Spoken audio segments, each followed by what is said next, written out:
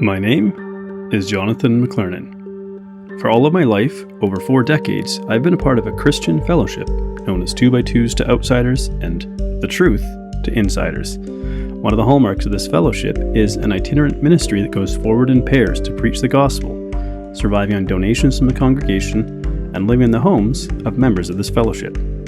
For most of my life, I had heard whispers about abuse that had taken place within this fellowship, but all that changed in March of 2023, when the death of a highly respected minister within this fellowship revealed that he had lived a double life as a cruel sexual predator. But to this day, the true nature and scale of his crimes remains under wraps. And in fact, this ministry has been shown to be complicit in extensive cover-ups and secrecy throughout its documented history. And I, for one, want to know why. If we believe that we as Christians are helping to guide people to eternal salvation with this ministry and fellowship, why are we so secretive?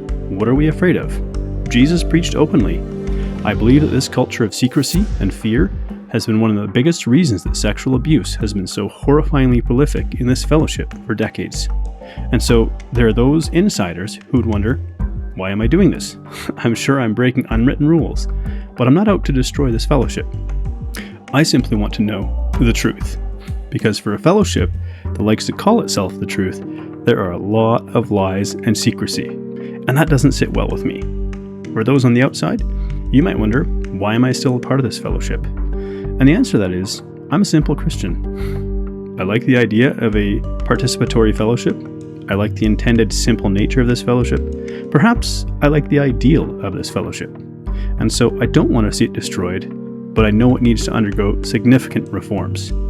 But just by producing this docuseries, I may find myself excommunicated. But if that happens, I'm at peace with that outcome. Wherever you stand, we as human beings can surely be united in this one simple fact. Sexual abuse and child sexual abuse are among the worst crimes that a human being could ever commit. And anybody with a heart and a conscience would be outraged to learn what has taken place through the years.